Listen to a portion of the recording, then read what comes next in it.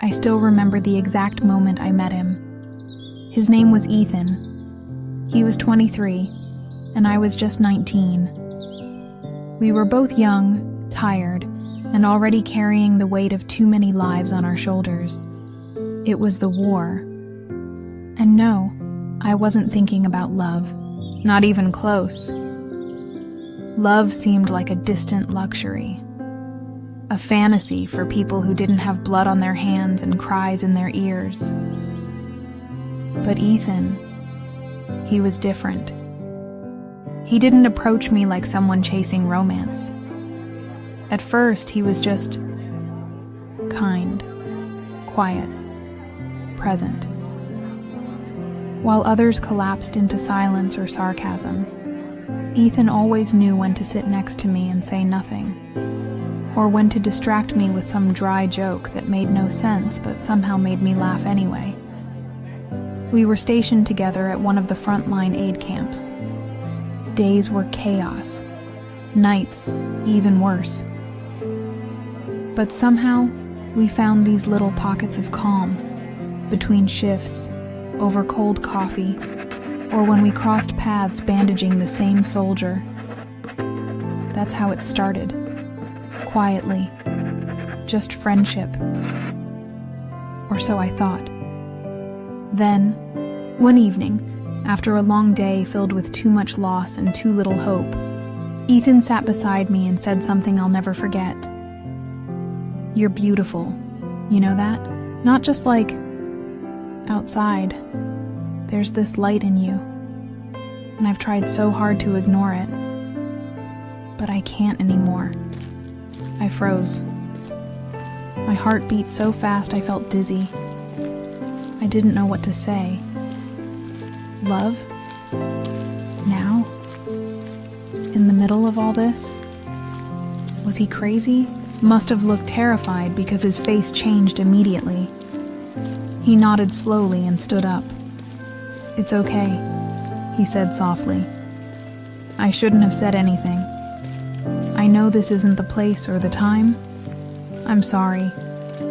And just like that, he started pulling away. He didn't sit next to me anymore. Didn't look for me on breaks. I'd see him across the tents. Busy, serious, and cold. And it hurt more than I expected. That's when I realized something. I missed him. Not just as a friend. I missed him. I'd never dated anyone before. Never even thought I could feel something like this for someone. But Ethan, he wasn't like anyone else. So one night, I found him alone, fixing bandages and organizing medical supplies like he always did when he wanted to avoid thinking. I walked in slowly, my heart in my throat. "Ethan," I said, barely above a whisper. He turned, surprised. "I've been thinking," I continued, "and maybe we could be something more than friends." The look on his face, that smile, it was the kind of thing that could light up a battlefield. He dropped the bandage in his hand and took a step closer. "I didn't think I'd hear you say that," he whispered. "I'm still scared," I admitted. Everything around us, it's chaos. But maybe something good can survive. In the middle of all this," he nodded. "Then let's try. We'll protect it, no matter what." And we did. For a while, we were happy. Strangely, beautifully happy, even surrounded by pain. We found moments to smile when no one else could. Between gunfire and grief, we carved out tiny memories just for us. Ethan started doing the sweetest things. He'd steal chocolate bars from the rations and leave them on my cot with tiny notes like, "You saved a life today. Let me save your sweet tooth." He'd hum our favorite old song, off key, just to make me laugh when I cried.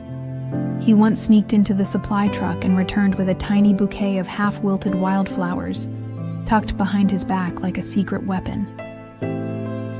"These survived the war," he said, holding them out. "So can we." That night, he kissed me for the first time under a sky filled with distant fire and stars.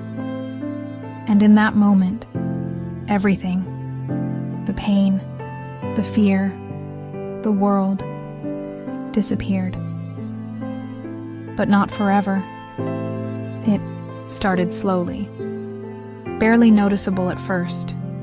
He became quiet whenever I tended to the younger soldiers.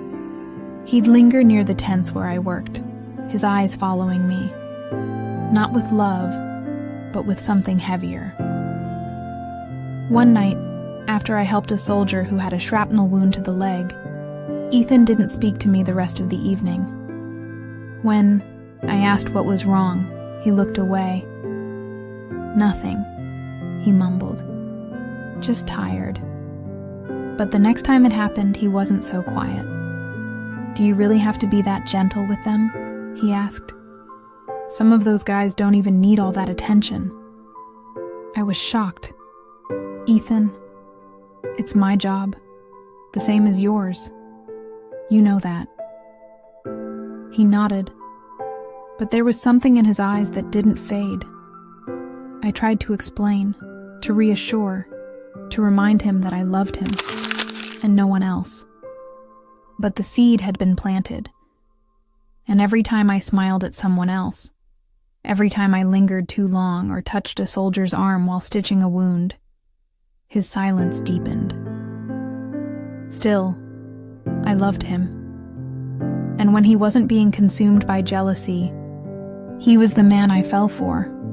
Kind, brave, poetic even. He'd hold my face in his hands and say things like, "You are the only piece of peace I have in this world."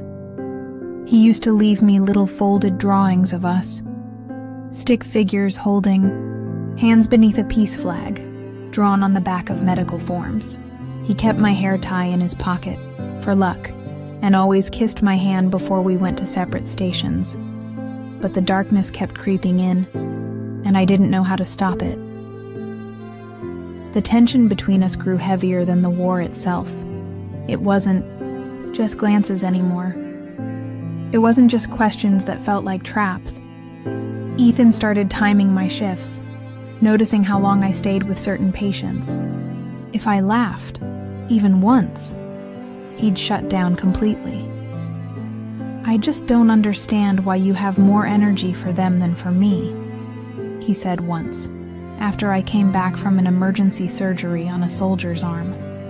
I was covered in blood and exhaustion, but somehow, his hurt mattered more than the life I had just saved. "You know I love you, Ethan," I whispered. "Please don't do this." But he just turned away. I stopped telling him stories from the infirmary. I stopped smiling as much. I was constantly worried about how he'd react to the smallest thing. It felt like walking through a minefield. One wrong step and everything would explode. One day, he found a photo of me and a soldier I had treated weeks earlier. We were just smiling. It was a group photo, one of the rare joyful moments the camp had allowed. He tore it in half. "That smile," he said, his voice shaking. "You never smile like that with me anymore." I wanted to scream, to tell him that I couldn't smile anymore, not because of that soldier, but because of him. He'd changed. Or maybe I was just finally seeing the part of him that had always been there, buried under his charm, under his tenderness, a possessiveness, a fear of not being enough, twisted into jealousy. But still, part of me held on, because we had been happy once, and in the darkness of war, even broken love felt better than loneliness. But one night, after a long, brutal shift, I found Ethan waiting for me outside the tent. His eyes were dark, tired, and his hands were clenched. "I saw you laughing with that new soldier," he said. I didn't even remember laughing. I was too tired to fight. "Ethan," I said gently, "you need to stop this. I can't keep proving to you that I love you." He looked at me like I'd slapped him. "So that's it?" he whispered. "You don't care anymore?" "I care too much," I said. "But this isn't love anymore. It's fear. And I'm tired of being afraid of the person I'm supposed to feel safest with." He didn't say anything, just stood there, then turned around and walked away. That was the last time we spoke, before the end. The days after that night were quiet, too quiet. Ethan stopped talking to me. He stopped showing up at the infirmary. He wasn't at the meals. He wasn't in the supply tents. He wasn't anywhere. At first, I thought he was just trying to cool off, that he needed space. But then, 2 days passed, then 4, then a week, and someone came by to tell me something I never thought I'd hear. He left, they said. Transferred out, didn't say where, just packed up and disappeared. I stood there, holding a bandage in my hands, not knowing what to do with it anymore. He was gone. Just like that. No goodbye, no closure, no explanation. I searched for him, Laurie. I asked everyone, wrote letters, waited by the communication tent, hoping he'd send something. Anything, but nothing ever came. I kept wondering if it was my fault, if I'd been too harsh, if he had really loved me, or if he had just loved the idea of me, the comfort I gave him when the world was crumbling, the distraction I offered from his own demons. Maybe I was just a momentary light in his war. But for me, he was the first person I ever loved. And sometimes, when I sit alone after the war, I still wonder, where did he go? Is he alive? Does he think about me, or did I become just another story buried under the rubble of a battlefield heart?